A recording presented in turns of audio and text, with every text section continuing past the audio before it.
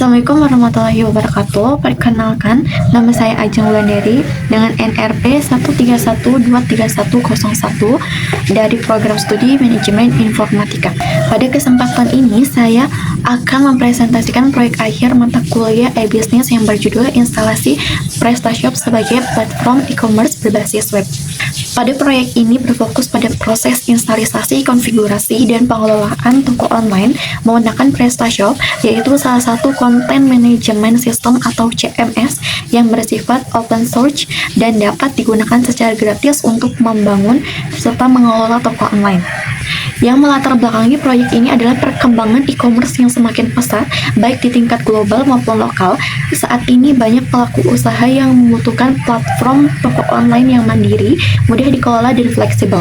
Oleh karena itu, PrestaShop dipilih karena memiliki fitur yang lengkap serta mudah digunakan dalam membangun sebuah website e-commerce.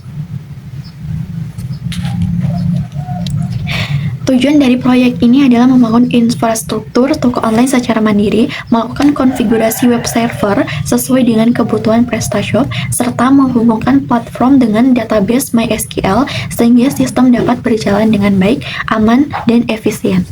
Adapun tahapan instalisasi yang dilakukan terdiri dari beberapa langkah. Pertama, menyiapkan server lokal menggunakan SAMPP, menyiapkan file instalasi PrestaShop, kemudian membuat database menggunakan phpMyAdmin. Selanjutnya, melakukan konfigurasi toko seperti pengaturan nama toko, akun administrator, dan informasi dasar lainnya.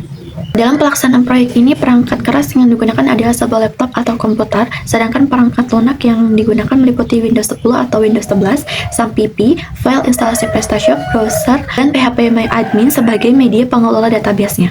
Hasil yang diperoleh dari proyek ini adalah PrestaShop berhasil diinstal dan dapat dijalankan dengan baik. Sistem mampu mengelola data produk, kategori pelanggan, serta menampilkan website toko online yang dapat diakses melalui browser. Hal ini menunjukkan bahwa proses instalasi dan konfigurasi telah berhasil dilakukan sesuai dengan kebutuhan. Nah, untuk langkah awal proses instalasi PrestaShop, yang pertama kita lakukan adalah mengaktifkan Apache dan MySQL di SAMPP. Kemudian kita masukkan file instalasi PrestaShop ke dalam SAMPP, ke dalam htdocs. Kemudian kita buat folder yang bernama PrestaShop. Setelah itu kita masukkan filenya untuk file instalasinya. Nah, kemudian ini masih dalam bentuk zip. Lalu kita ekstrak. Nah, untuk ekstrakan pertama kita juga ekstrak lagi. Tunggu sampai proses ekstrak selesai. Nah, setelah file sudah diekstrak semua, kita ke browser. Kemudian kita ketikkan localhost / nama foldernya, yaitu PrestaShop. Kemudian enter. Nah, sekarang kita masuk ke dalam proses instalasinya. Untuk ini untuk bahasanya kita pakai bahasa Inggris saja, lalu klik next. Kemudian tunggu proses selesai. Nah, kemudian kita klik agree to the above terms and condition. Lalu kita klik next. Kemudian kita tunggu loadingnya selesai. Nah, untuk di sini kita ada error. Kemudian untuk mengatasi error tersebut kita ke SAMPP, lalu ke config, terus kita cari php.ini. Kemudian setelah notepad terbuka, kita tekan ctrlf, lalu kita ketikkan intl. Kemudian untuk directionnya itu down, lalu find next.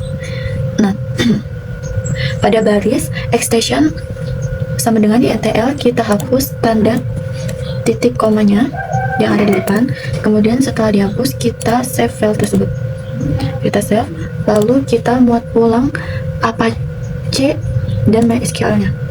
Nah, setelah itu kita klik refresh information. Kemudian kita tunggu proses loadingnya selesai. Nah, untuk PrestaShop-nya sudah terverifikasi atau terverified, lalu kita next. Nah, untuk ini kita masukkan nama tokonya, nama toko yang akan kita buat websitenya. Lalu untuk main activity kita pilih yang fashion dan aksesoris. Untuk install dan menuliskan data kita yes. Ini kita untuk country-nya kita pilih Indonesia. Kemudian untuk store time zone-nya kita pilih Asia Jakarta. Kita cari untuk Asia Jakartanya. Untuk first name-nya saya akan masukkan nama saya, untuk last name-nya juga. Kemudian emailnya saya masukkan email. Kemudian untuk password dari toko tersebut, masukkan passwordnya dan confirm passwordnya. Nah, setelah semuanya terisi lalu kita next. Nah, untuk langkah selanjutnya kita akan membuat database. Kita ke browser, kita ketik localhost /php myadmin, kemudian enter. Kemudian kita buat database bernama PrestaShop, lalu klik create. Nah, setelah database-nya sudah kita buat, kita kembali ke instalasi PrestaShop, lalu kita test your database connection now. Untuk database-nya sudah terkonek, lalu kita next. Nah, di sini adalah proses instalasi dari PrestaShop itu sendiri. Kita tunggu sampai prosesnya itu selesai. Dan proses instalasinya itu mengecek apakah ada yang error atau ada kendala dalam proses instalasi tersebut. Sekarang proses instalasinya sudah selesai. Di sini kita diperlihatkan ada back office dan front office-nya. Untuk back office itu untuk bagian adminnya, untuk mengkustomisasi bagian tema, produk, ataupun tampilan dari si front office-nya itu sendiri. Untuk front office-nya itu untuk bagian si customer atau pelanggannya. Kita langsung saja untuk ke back office terlebih dahulu. Nah, untuk error bagian ini kita bisa setting untuk mengganti nama admin dari si file PrestaShop itu. Kita ke file PrestaShop, lalu kita rename si adminnya. Saya akan ganti adminnya menjadi admin Ajeng. Kemudian kita refresh.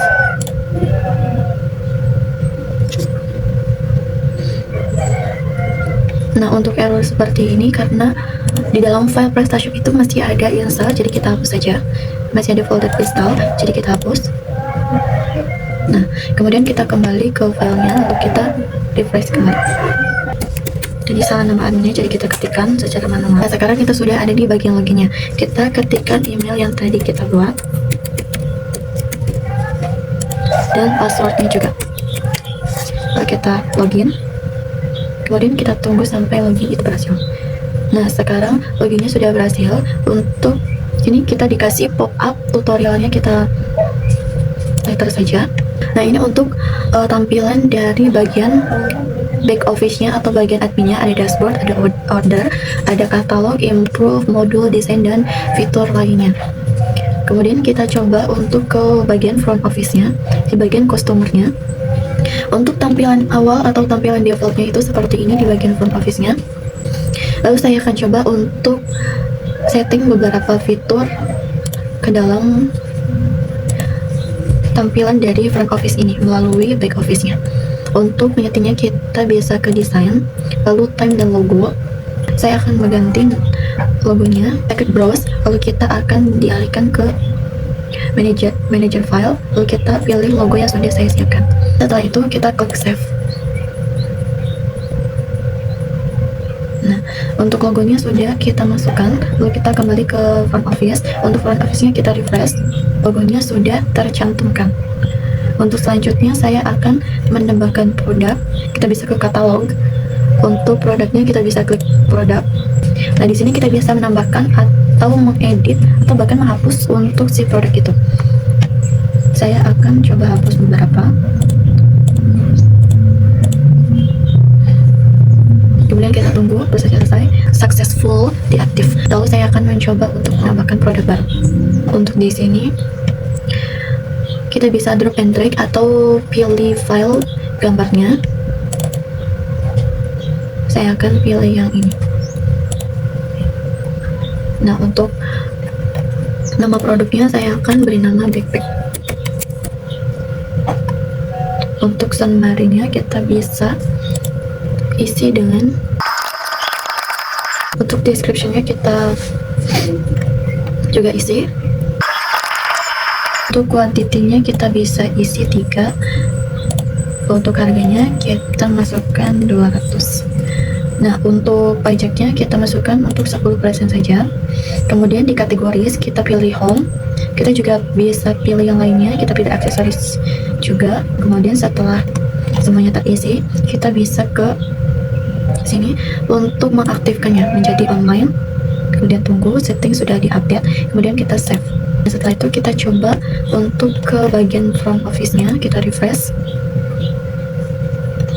Kemudian kita lihat apakah produk yang saya masukkan tadi sudah masuk. Kita ke aksesoris. Nah, untuk produk yang saya masukkan sudah masuk, namanya backpack. Untuk harganya 220. Untuk reviewnya seperti ini. Nah, kemudian saya juga akan melakukan setting satu fitur, yaitu mengganti untuk tampilan dari si slide barnya ini. Kemudian kita kembali ke back office-nya, kita ke design, kita ke theme dan logo. Lalu kita klik yang page configuration slide-nya untuk menyeting image di slider tersebut. Kita configure, lalu kita edit untuk yang sampel 1. Kita pilih untuk picture-nya. Saya akan pilih ini, kemudian open. Saya akan klikkan now collection, lalu untuk ini, lalu save. Setelah sudah berhasil kita save, kita kembali ke bagian front end. Nah, sekarang untuk bagian slide-nya itu, untuk bagian image slide-nya itu atau slide nya itu sudah saya ubah. Untuk menambahkan tema, kita bisa ke theme dan logo, lalu kita add new theme. Nah, kemudian kita masukkan file tema yang sudah kita siapkan dalam bentuk zip, lalu kita save. Kita tunggu sampai penerapan tema itu berhasil. Untuk temanya sudah bisa kita pakai, lalu kita langsung use di stem, lalu yes. Kemudian kita tunggu sampai tema itu berhasil diterapkan. Nah, untuk temanya berhasil diterapkan, sebelum kita ke front office-nya, kita hapus data chat-nya terlebih dahulu. Kita ke configure, lalu ke advanced parameter, kemudian kita pilih performance. Kita pilih performance, lalu clear cache-nya. Kemudian kita tunggu sampai data yang sebelumnya itu terhapus. Setelah all cache clear successful, kita kemudian ke front office-nya, kemudian kita refresh untuk melihat apakah temanya berhasil diterapkan atau belum. Nah, sekarang temanya sudah berhasil diterapkan. Ini tema yang baru yang saya masukkan tadi. Ke Modules Manager, kita bisa ketikkan TBC, lalu kita cari. Ini untuk modul temanya ya, modul tema yang saya pakai tadi. Ini untuk HTML with case-nya, ini untuk manufacture brand slider, ini untuk product all in one package, ini untuk product image rollover, responsive now select pop-up, ini untuk theme option-nya. Kita bisa langsung ke halaman with case-nya untuk mengganti gambar with case. Kemudian saya akan mengganti yang bagian woman, kita klik saja. Nah, di sini ada titelnya, ada subtitle, ada description, lalu kita ganti untuk fotonya atau masukkan fotonya. Masukkan foto yang sudah disiapkan. Saya pilih ini. Kemudian kita klik save. Nah, untuk update-nya sudah sukses. Kemudian kita ke bagian front office-nya, kita refresh. Apakah sudah terpasang atau belum? Nah, untuk yang tadi, untuk widget yang saya masukkan ternyata sudah terpasang. Lalu kita kembali ke back office untuk setting halaman lainnya. Saya akan mengganti untuk di slide image ini, kita ketikkan slider, kemudian enter. Nah, di sini untuk temanya kita pilih yang multi layer slider pro. Kita configure. Nah, setelah masuk ke dalam settingan slidernya, kita ke edit. Untuk slide-nya kita tinggal satu saja, lalu kita add file, kita masukkan yang ini, kemudian open, lalu kita save. Nah, untuk ini kita sudah berhasil memasukkan untuk image slidernya. Kemudian kita ke front office lagi, lalu kita refresh lagi. Untuk bagian image slidernya sudah berhasil kita terapkan. Kemudian saya juga akan men-setting untuk sampel block titelnya ini. Kemudian kita ke modul manager lagi, kita tekan plug dan kita configure. Kemudian kita ke edit image thumbnailnya, kita add file, kita masukkan untuk blognya ini, lalu open, lalu kita save. Nah, untuk save-nya berhasil, kita ke front office, kemudian refresh. Untuk blognya sudah kita ubah. Nah, untuk tampilannya seperti ini yang sudah saya setting dan saya juga sudah mengubah temanya. Sekian video proses instalasi PrestaShop dari saya. Kurang lebihnya mohon maaf. Wassalamualaikum warahmatullahi wabarakatuh. I got so much fucking design on right now.